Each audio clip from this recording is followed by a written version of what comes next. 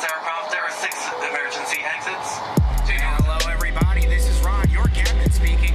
We are currently 30,000 feet in the air, and we haven't even left the airport. We just lit the joint. Just kidding, a little pilot humor there. We like to have fun. Our destination today is Casablanca, Morocco. So everyone, sit back, fasten your seatbelts, and prepare for takeoff. We will be arriving in 6 hours. 7-footers crew, what is going on? You know what it is. Jarod and Jenna here, back at it. And it's an exciting time because we are slowly approaching the trade deadline. And now we have All-Star coming up. Of course, we're going to predict our reserves today. I'm going to be right. Probably not. Jarod's going to be probably right. Listen. What it is. Listen, that's the dynamic of this show, which is it is what we do. It is what we do. Are you excited for All-Star? What do you think about like the starters that came out first of all? I mean, look, everyone was complaining, not everyone was complaining, but this whole idea about like, oh, Joel's getting disrespected. It's like, look, man. That was probably the biggest. The problem is that fans vote and have they have such a large representation in the voting for the All-Star starters. They are 50% of the vote. Yeah. With the other 25 being players and the last 25 being media, right? So media and players aren't going to agree, but fans are going to have a consensus at a large voting block, right? So what you end up having is, and again, this person who I'm going to mention is a deserving All-Star. Should he be a starter? Probably not. And that's Kyrie Irving, right? And the other piece about that too, Jenna, is we do this stupid thing where it's like 3 front court players, 2 guards. That's stupid. Like, how about just the 5 best dudes? How about that? Right? Like just the 5 top vote getters, and let's just stop all this silliness. But again, it is what it is. So, so for the front court, you have 4 deserving candidates: Joel, Giannis, Tatum, and KD. But you only got 3 spots. So one of them got to come off the bench. That's just how it's going to be. But it isn't like that person's not going to be an All-Star. They'll be an All-Star. So it's just that you're not going to be a starter. It happens. But, that's just until we do something different with this is what it's going to be like. And look, All-Star is for the fans, okay? That's what it's for. It's the weekend for fans and casual fans to really be like, oh, I know that famous person. I know that famous person. And then that's the other thing. Yeah. All-Star voting is a popularity contest. And it's who are the most famous people. They get voted in. That's how this works. Not necessarily who are the best, who are the most famous. Okay? So. Couldn't agree more. That's why LeBron James has been the captain for years in a row. I mean, there we go. Speaking the facts. All right. Of course, you said it, a popularity contest. That's why you're going to see the most familiar faces in those starter roles. Of course, the Steph Currys of the world and so on. Zion, Donovan Mitchell, XYZ. So, that was another one, Jenna. Zion. I mean, Zion probably doesn't deserve to be a starter, right? But he is. Like it. Let's get into it. Talk your shit. That's just how. No, it's not even. I'm not even trying to talk shit. It's just this is the reality. So there's only 5 starting spots. So when someone gets voted in, and maybe they shouldn't be a starter, or maybe they're a reserve, well, that means that other person, you got to be in the reserve pool. It's just how it works. Yeah, I mean, you're right. That was one of the first names I saw. I was like, wait a hot second here. I don't know if this makes sense, but it is what it is. Let's pick our reserves because, of course, you mentioned Joel Embiid before. I thought it was a snub. I'm not gonna lie. I mean, look, Joel's gonna make it, right? And so let's just for the listeners out there, 5 starters voted in, right? So let's start with the East. The East starters: Giannis Antetokounmpo is the captain. Yep. Kevin Durant and Jason Tatum round out the front court. The back court is Donovan Mitchell and the aforementioned Kyrie Irving. So those are your 5 East. Well, I mean, they're not even doing by East because it's going to be voting. That's the other part about this. It's like it doesn't even matter because you're not necessarily going to get voted by the captain of the conference you're in because they pick players. Is KD playing? Well, we don't even know if KD's playing, so there might be an injury replacement. So we'll get to that. So those are the 5, and then there'll be 7 reserves. So what I'm going to do, Jen, is we're going to assume KD's playing, right? Okay. So those are the 5 guys, and now we're going to pick our 7 reserves. Last year, I think it was 4 front court guys and 3 guards. Look, I didn't break it down like that. I just picked. That's stupid. Yeah. I picked who the 7 next best guys were, and honestly, Jenna, it was tough because there's so many deserving guys, but only 12 spots. All right, so here we go. Joel Embiid, obviously. I mean, Agreed. right? So I'll just tell you that was on my list too. Okay, Joel Embiid's there. My second guy, Tyrese Halliburton of the Indiana Pacers. Oh, okay. Having a fantastic season on the surprise Pacers, who are more than competent. Next spot, now this one's tough. It's either going to be Jimmy Butler or Bam Adebayo. It's not going to be both. The Heat are only going to get one. Jimmy probably doesn't want to go or care about it. Bam's been out here campaigning, saying, I need to be in Salt Lake. So fine, Bam, it's yours. Bam, go. James Harden, Philadelphia 76ers. Harden is having an excellent season. And the Sixers are, until last night, the hottest team in the NBA. They are second in the East, and they are playing amazing, incredible basketball. And James Harden, even though he is not the perennial MVP candidate he was in Houston, he is still excellent and playing at an all-star level. So I got 1, 2, 3, 4. Okay, I mentioned 4 guys. I got 3 spots left. Okay. Next up, Jaylen Brown, Boston Celtics. I mean, best team in the league, and Brown's having a phenomenal year. He's got to go. This one was a tough one, but he's playing well. Pascal Siakam, Toronto Raptors. Look, Siakam is doing everything for that team. They're losing. It ain't his fault they're losing. He's doing what he can, but the rest of that squad not really up to par. Nick Nurse may not be long for that job. Who knows? We'll see what happens at the trade deadline. And then the last spot, I mean, my God, we have probably 4 deserving guys. Trae Young, Jalen Brunson, Drew Holiday, DeMar DeRozan. I am not going to give it to Trae Young because of all the stuff I've said about Trae Young in the past on this podcast. If you don't know, just look it up. I just, yeah, it's out there. Look, Jalen Brunson's playing well. The Knicks are a top 6 team, but, look, for me, and DeMar DeRozan's playing well, but the Bulls stink. I'm going to go with Drew Holiday because the Bucks are awesome. Still playing great basketball. He had to weather the storm without Chris Middleton and Giannis in and out of the lineup and still kept this team not only afloat, but in the top 3 in the East. And they actually leapfrogged Philly. They're now in second place right now in the Eastern Conference. So those are my 7 reserves. I like it. A lot of overlapping here. Slight differences. Like I had Embiid. I had Bam over Butler just because of obvious reasons. As I said, yeah. Right, exactly. You pointed that out. And then I had Julius Randle. Interesting. So you take Randle over Brunson if you're picking from the Knicks. It's fine. Yeah. Randle's been hot of late. Yeah. And the Knicks are playing well. For me, I was like, yeah. I don't think any of them are better or more impactful to their team than Drew Holiday. So that's why I went with Drew Holiday there. Yeah, I'm not mad at either on the Knicks, honestly, but I went with Randle. I had Brown, Harden. I had 2. Am I missing someone? Mm-hmm. I think so. No, I think that's it. Okay. You know me in the math. Let me do my math. Just ain't gonna do it. All right, let's go to the West and talk about our West reserves and the starters in the West. Of course, you got LeBron James, team captain, and then you have Steph Curry, Luka Doncic, Nikola Jokic, and Zion Williamson. That is your West pool. Mm-hmm. All right, so my reserves in the West: Ja Morant, Memphis Grizzlies, of course. The best player on the second best team in the Western Conference, averaging 27 points, 8 assists per game. Damian Lillard of the Portland Trailblazers. Dame has been on a heater lately. Now, Portland stinks, but he's averaging 30 points, 7 assists on 46, 37, 90 shooting splits. I mean, those are all-star numbers. Lauri Markkanen from the Utah Jazz. Listen, Markkanen has been awesome this year. 24 points, 8 rebounds, shooting 43% from 3 on 7 3-point attempts. He's in a 97th percentile in estimated plus minus. Lauri Markkanen, a deserving all-star. Let's go. First-time all-star in Lauri Markkanen. Next, another first-time all-star, Shai Gilgeous-Alexander of the Oklahoma City Thunder. First of all, Oklahoma City Thunder also very competent. He's averaging 30 points, 5 assists a game. He gets to the free throw line 10 times a night, shooting 91%. He's also in the 97th percentile in estimated plus minus. The surprising Sacramento Kings. Wait for it, Jenna. Domantas Sabonis.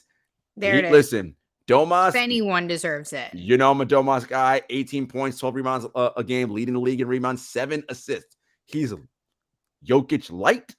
Now look, Jokic real light, but he is the hub of the offense in Sacramento. An offense, by the way, which is top 3 in the NBA.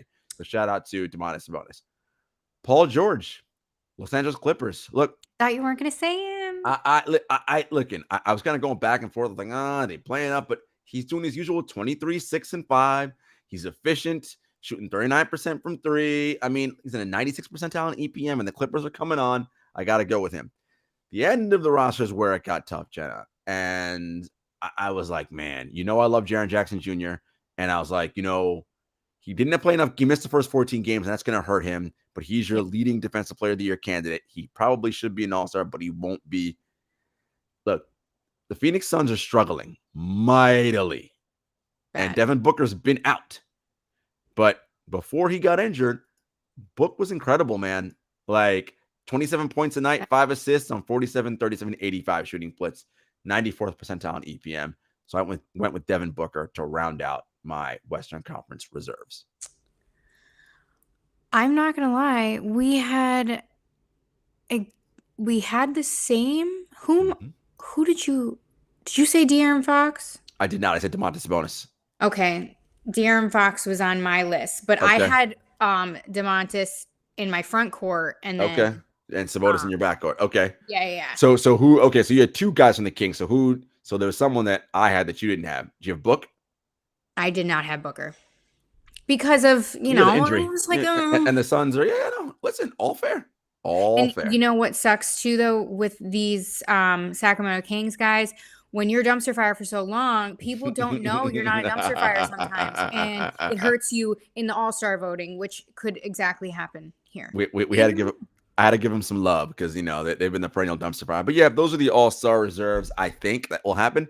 They get officially announced on Thursday, so you guys check to see if we were right for who gets picked. Yes, Salt Lake City, baby. Can't wait to wear a jacket. Oh wait.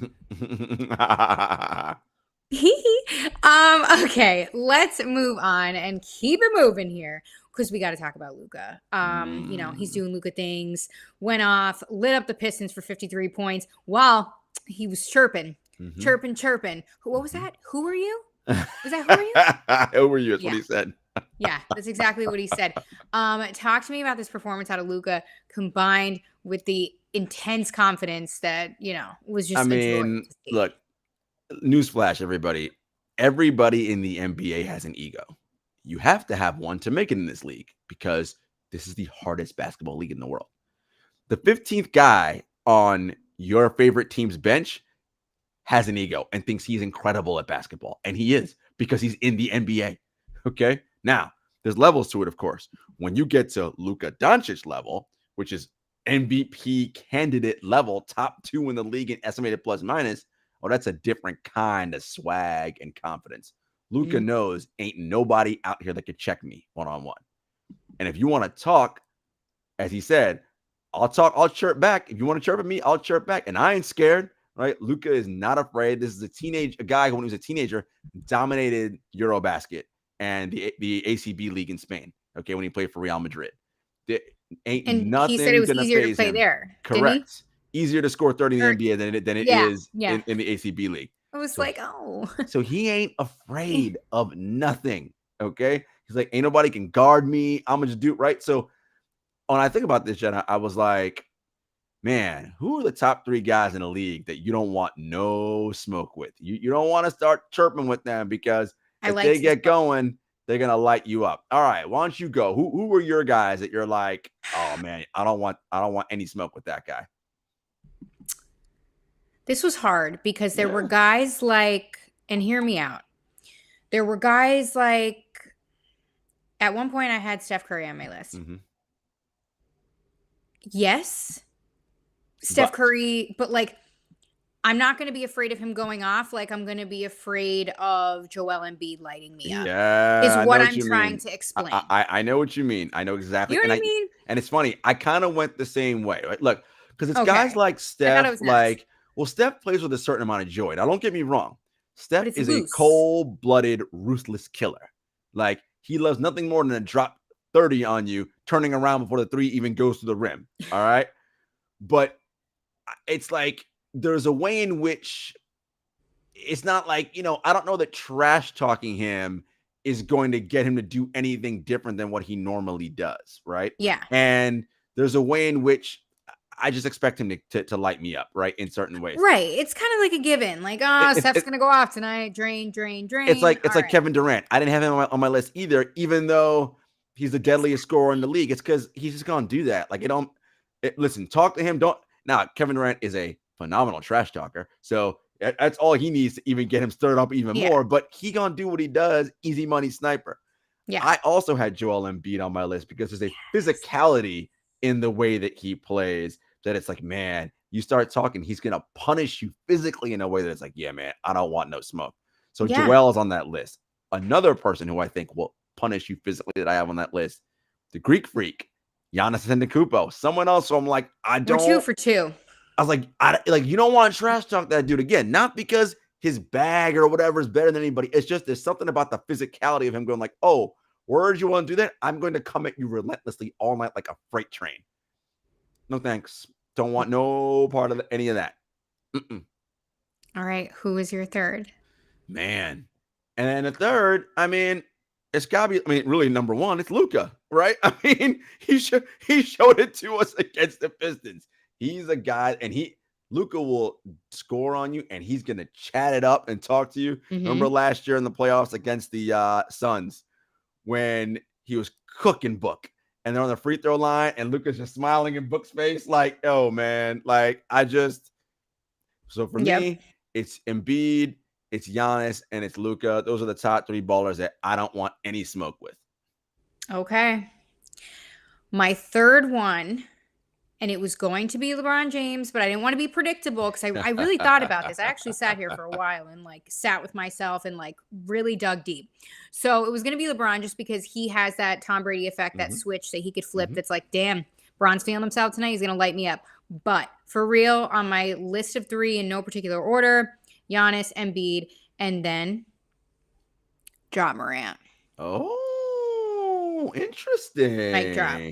Interesting. Because he's a talker too. And he's a talker. He's ferocious. He's not scared. And not to mention, I'm sorry, Ja, your dad's involved in this too. T as well. T Morant. If I'm facing Ja, that means I'm facing T tonight. And sometimes I just had a long day. And you don't want to hear it. That's it. I can't do it. And listen, T gonna let you hear about it. T will let you know. Usher lookalike over here. He's gonna let you know. It's funny. We were talking about this on the True Hoop Pod earlier this week. T's becoming a bit of a celebrity himself, and I'm kind of like, all right, my guy, let's tone it down a little bit here. Like this, you ain't part of the show. Like we're not here to see you, right? Like we are here to see Ja, the Grizzlies, whatever. And he's getting himself engaged in a lot of activity. We saw that back and forth with the Indiana Pacers, and it's just okay. Like it's cool if you and Karl Anthony Towns Sr. are doing your thing. All right, fine. But that's cute. That's cute. Right. But when you start becoming part of the show and getting involved with other players on the floor, you're doing a little bit too much, my guy. Time to rein in a little bit. Yeah, no, I hear you on that. Good guy, of course, I'm sure. Yeah. But loves his son, no doubt. So I get it. But it's like, oh yeah, he gonna let you know. Oh yeah. After Shannon Sharp, I was like, oh my God. Okay. I mean, that was just right. So, as I mentioned at the top of the episode, the trade deadline, it's coming up. It's quickly approaching. What are we talking? February 9th? 3 p.m., February 9th. Exactly. Thank God you're here for those numbers. Y'all know how it is. But let's talk about some trade buzz because we have some big key players. Again, no superstars, but key players that are awesome, incredible role players on teams that can really make a difference. So, let's talk here, OG Anunoby. Yeah, look, so OG and Fred VanVleet. Yeah, so Toronto, as we talked about the top of the show when we're doing our All-Star reserves, they're not playing well right now, and it might be time for some reset going on in Toronto. OG is on the block. He may not be happy with his role there in Toronto. Fred VanVleet looking to get paid. He could be on the move. Obviously, VanVleet linked to the Clippers because they want to consolidate, get a point guard. And he and Kawhi Leonard already won a title together in 2019 on the Raptors. So that might be some nice synergy there. You move Reggie Jackson to the bench. VanVleet, championship level player, can kind of solidify a lot of what they have going on there. You send back John Wall and maybe Luke Kennard's contract, and one of their first round picks unprotected. That should be enough to get you Fred VanVleet. OG Anunoby is someone who I love him on the Grizzlies. He'd be an upgrade from Dillon Brooks, right? He's a better version of Dillon Brooks, and you don't get the volatility as you get with Brooks. Now, he can't guard LeBron, apparently. what I wonder about that is Dillon Brooks' identity is so key to what Memphis is and their swag and how they operate. OG plays with a much more quiet confidence, and that isn't his vibe. He is a better defender, a better shooter, like all It's like all the you don't things. even know OG's on the court, though. Right. And I wonder, from a standpoint like that, even though he's a better player, will his quiet, reserved nature, will that alter the chemistry and the swag that the Grizzlies play with? But OG is someone that to be on the lookout for. Kyle Lowry is someone who could move from Miami. Look, he's I don't know. I don't think he's going to be a huge difference maker anywhere. I think, he's on the other side of his prime, but in spot minutes, can he do some things? Is Victor Oladipo potentially available? That's someone to look. Miles Turner did sign that extension, 2 years, $60 million. The odd thing about that, Jenna, is that actually makes him more tradable because now you have him under contract. But Indiana, as I mentioned, they're competent. Maybe they want to get their young guys into the play-in and possibly the playoff to get themselves some experience.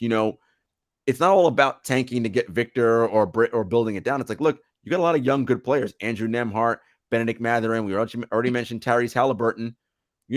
Why not get your guys some experience, try to get into the play-in, get into the playoffs, and, give them a little bit of experience, exposure at that level, high-intensity games. So Turner may not be on the trade block. So, just something to be mindful of there. But those are the names. I mean, we've heard John Collins' name forever. He's been getting traded for years. Right. Maybe. The Pistons, Bojan Bogdanovic on the Pistons. I believe the Pistons are holding firm. GM Troy Weaver wants a first-round pick. That's a steep price to me to give up for him. I don't know. I know in Brooklyn, Joe Harris and Seth Curry and Patty Mills are names that are going to be available if the Nets get back the right kind of piece they want, which is a center that can space the floor, shoot free throws, and defend Joel Embiid and Giannis Antetokounmpo. Easier said than done, but those are names they may be willing to part with if they can get someone out like that, like a backup center. So those are the kind of names that I'm hearing. I don't think we're going to have any major people moving, but these are the names that can help around the margins. Yeah. Real quick on Kyle Lowry. Somebody said to me the other day, shouldn't the Heat be better? What's going on with the Heat? Why aren't they? They need a point guard. They need a point guard. No offense, Kyle Lowry. You have done incredible things, especially up there in the 6, but it's just not working. They're struggling. They're one piece away. Not one, but they're struggling, Jenna, offensively. They're not a good offensive team. They're 27th in offensive rating. They can guard, right? They're number 4 in defense, but they cannot generate consistent quality offense, and that's a problem. Yeah. And they need a more dynamic point guard to go with Jimmy and Bam, but I don't know where they get one. You know what I mean? So so it's a struggle for them to create. So yeah, they can guard. They're going to be in games, but if they cannot consistently generate offense, they're not hitting shots either. Miami's just they're in a tough way right now. They really are. Before we wrap things up quick, I was looking at the rankings right now. I just want you to take this in and think about where we were a year ago. I mean, the top 3 teams in the West are the Nuggets, the Grizzlies, and the Kings. Yep. What a difference a year makes. No doubt. Well, yeah. Look. Well, a team you didn't mention in the top 3, and a team I didn't mention the trade deadline is going to try to do something. Golden State Warriors, the defending champions, right? They need to shore up their bench and get some veteran help in there.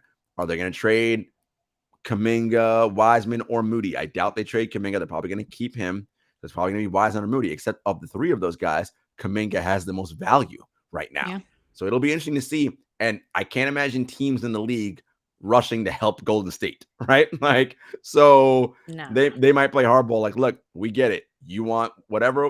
We want Kuminga. We're not giving it to you. We're not, you know what I mean? So it'll be interesting to see what they do. But yeah, Jenna, Denver's got Jokic, who might win his 3rd straight MVP. We already know about the Grizzlies. He does. Yeah, I mean, he's outstanding. We know about the Grizzlies and Ja and Jaren and Desmond Bane and that whole crew. And the Grizzlies, Steven Adams right now going to be out for several weeks with that strained PCL.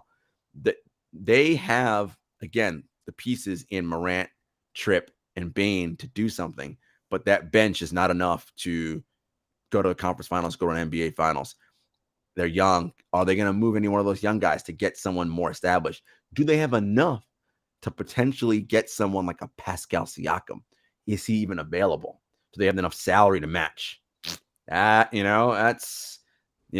could they be part of a larger deal? Again, I don't think any big names are going to move, but that's a guy you pair him up with Ja, Tripp, Bane. Well, now you're talking. Okay, I like that team to go to the NBA Finals. But we'll see. It'll be interesting to see February 9th, 3 p.m. The Bones are going crazy. GMs, team presidents, agents, media, everybody's texting, calling. The Lakers fumbling the bag again. We'll see what happens. All right, guys, stick with us because again, time is winding down. It's only going to get better. So hang around. And as always, you know where to find us: Apple Podcasts, Spotify, Stitcher, YouTube, SoundCloud, all that. At 7 Footers Pod on Twitter, at 7 Footers Podcast on Instagram. Guys, rate, review, like us, do all that. At Please. JS Hector, at Jenna Lemoncelli. And until next time, everybody, peace.